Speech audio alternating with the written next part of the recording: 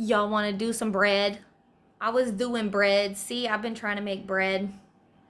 But today we're going to do a very, very simple, easy bread. The easiest, simplest, least messy kind of way to make biscuits, which is the best way to make biscuits. And also, if you're doing chicken and dumplings, this is great for dumplings because after you mix it up, all you got to do is drop the little spoonfuls into your broth that you're cooking your chicken in, and you have easy chicken and dumplings. I always make biscuits with my chicken and dumplings because fresh biscuit in there with the dumplings, oh, unbelievable. So I'm about to show you guys how to do some easy, very, very easy biscuits. And I learned how to do these from my mother-in-law, just for the record. This is her recipe, not my own. Thanks, guys. So to make these biscuits, you're going to need a few things. You're going to need some sour cream. You're going to need Crisco. You're going to need buttermilk. And you're going to need self-rising flour.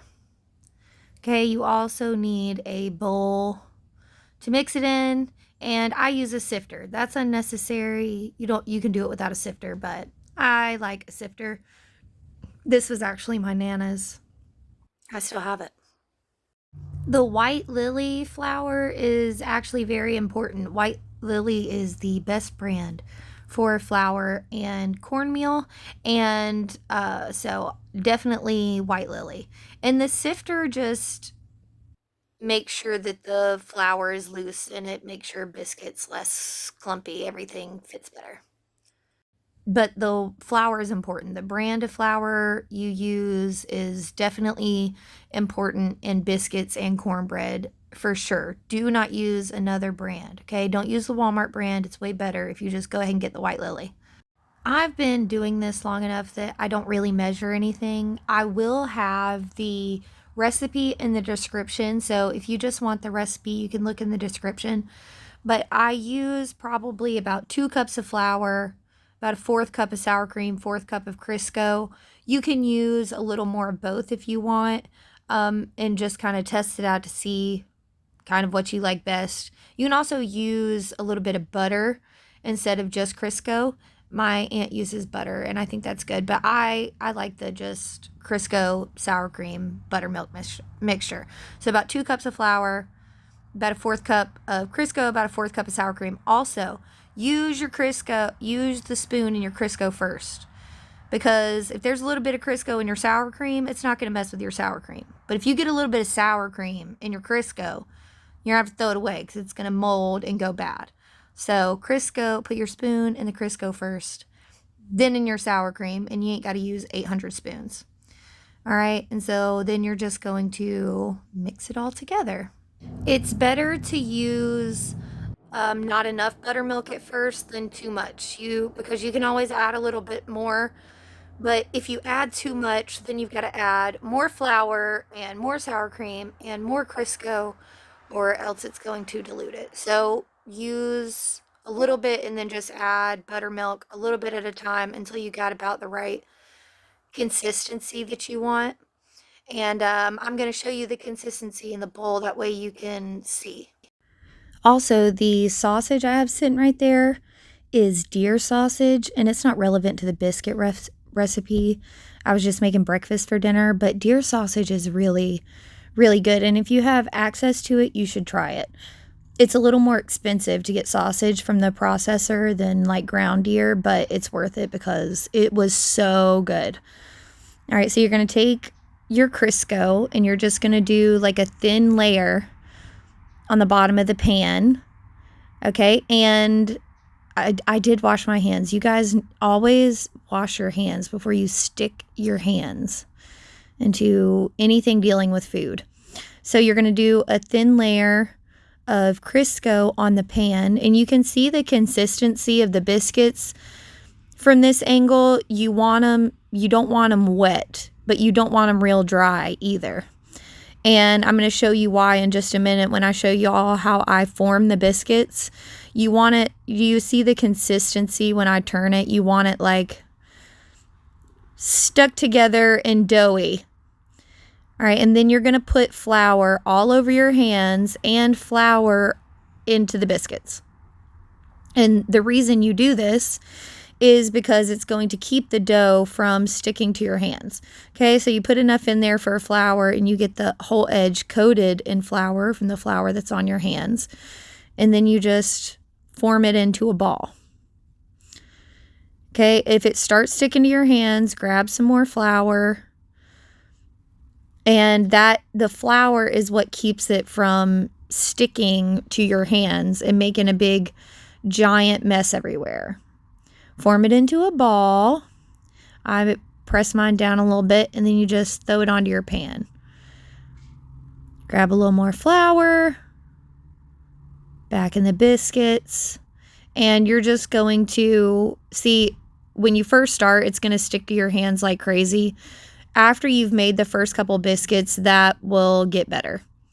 Continue putting flour in your hands and picking up dough to form your biscuits until you've got your pan full of biscuits ready to go in the oven. Also, you don't have to make them this way. You could roll out the dough on the counter and cut them to make them prettier, but this is like 100 times easier for me, so I don't cut them. As far as cook time goes, I usually cook them at about 350 for 25 minutes. You can cook them a little higher and they cook a little shorter if you want them a little crispier. If you like them softer, then you go lower and slower because they brown more slowly. And I used them on the pan, but I actually prefer them in an iron skillet. I always do cornbread in an iron skillet, but biscuits, I like mine to have a little bit of crisp on the bottom. So if you want a little bit of crisp on the bottom, use the iron skillet. Also, I keep all the, I don't know what they're called, but all the leftover stuff, like all this dough. If there's not enough to make a whole biscuit, I'll take everything that's left and I'll freeze it. I'll put it in like a plastic bag and freeze it. And because it can be used as a thickening agent in your soups. So if I make chicken and dumplings, which I'm about to show you guys how to make, I use this stuff for the chicken and dumplings. So I'm almost done with my pan of biscuits. There was enough left for me to do one more little baby biscuit. So I'm going to do one little baby biscuit for my kid and then pop them in the oven. And then I'm going to show you guys how to use this exact same recipe to make chicken and dumplings. This is the base I use for chicken and dumplings. If I have any left over, if I have a bunch left over, I'll freeze it. And so this is actually just defrosted chicken and dumplings from the freezer. And this is the base that I'm going to use to make my chicken and dumplings. If you, obviously, you probably don't have leftover chicken and dumplings in your freezer, but all you do is boil chicken in water. Once the chicken's done, you take out the chicken and shred it and put it back in the water. So I'm going to add a little bit of water to this because I want more soup because I'm going to be adding more dumplings. And so just add water. If you're not using this base, this will just be the water that you boil your chicken in with your chicken. And add 2 bouillon cubes. I go ahead and add some because I added water to my soup. So I'm going to add some bouillon cubes into the mixture. And then I'm going to take what's left over from when I made biscuits and we're going to put them into my chicken and dumplings. The best way to make chicken and dumplings is with your children. And so every time I make chicken and dumplings, my 6-year-old, she helps me in the kitchen. Yeah. Do you remember how to do it? No, I don't know. I don't know how to get the flour. How much flour in Okay. Oh, first you sprinkle and then you sprinkle your neck. Yep. And dumplings is even easier because you're making just little ones. So it doesn't stick that bad. You just pick it up, roll it into a ball in your hand. Yep. Perfect. So just like you picked up some dough for biscuits, you're going to pick up a little bit of dough and roll it into a ball in your hand. And then you're just going to take that ball and drop it into your boiling soup. Now you need to have your base good and hot. It doesn't need to be boiling strong, just a soft boil. Because what's going to happen, what dumplings are, is just cooked biscuits boiled in the water. So it's boiling, so you just form the little balls and drop them into the water. And that's the ones that I'm rolling it with, Mom. Oh, that's a perfect ball, almost. I've never done it myself. What are you doing, too? I got it. Oh, you don't need it. Give it. Come here. No, ma'am. 3. Thank you. Another thing that's very helpful when making chicken and dumplings is having a husband that helps chase around the children while you cook. And that you keep a little bit of flour in your hand and you roll the dumpling around in it so it don't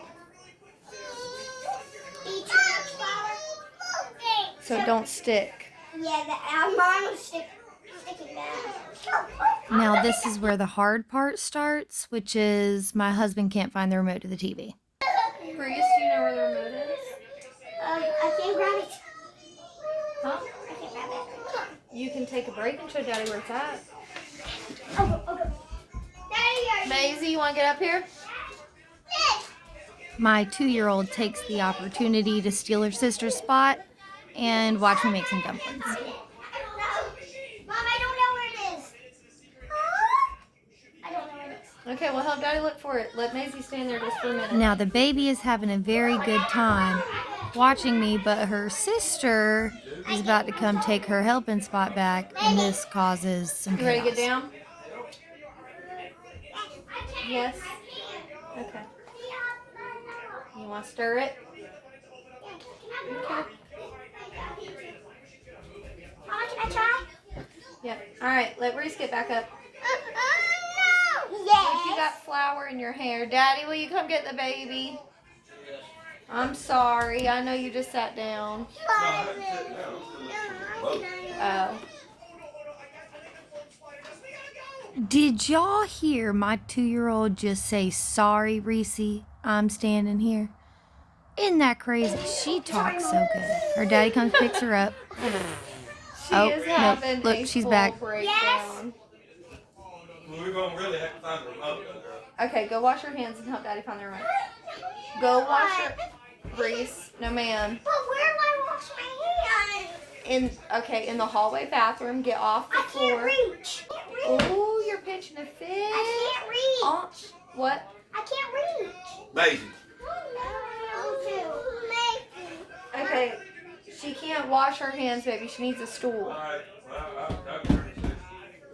Now, my 6-year-old is about to start having her a little breakdown. But y'all keep in mind, she has some valid points.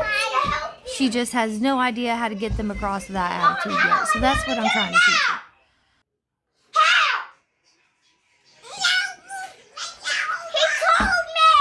Y'all, I know I should be mad right now because of how she's talking to me. I know.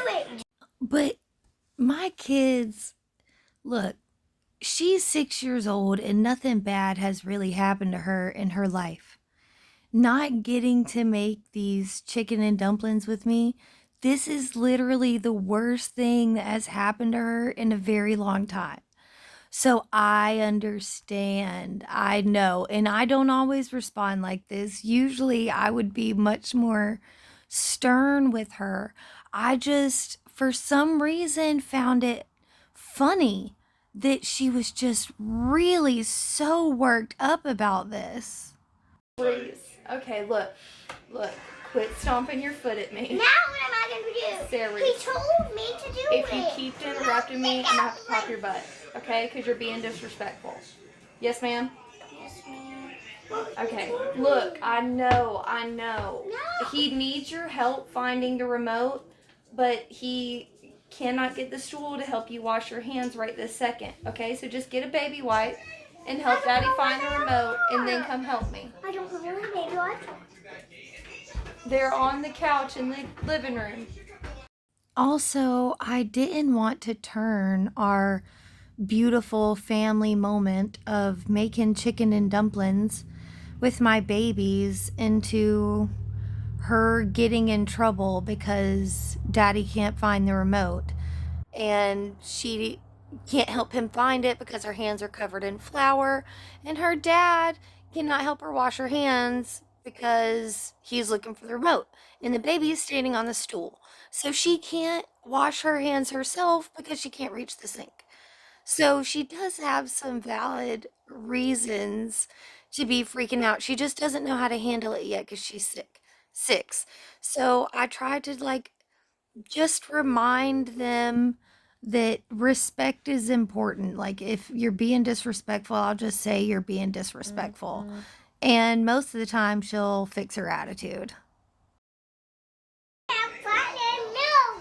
They didn't find the remote. I found it. Oh, look, she found it. Okay, go wash your hands.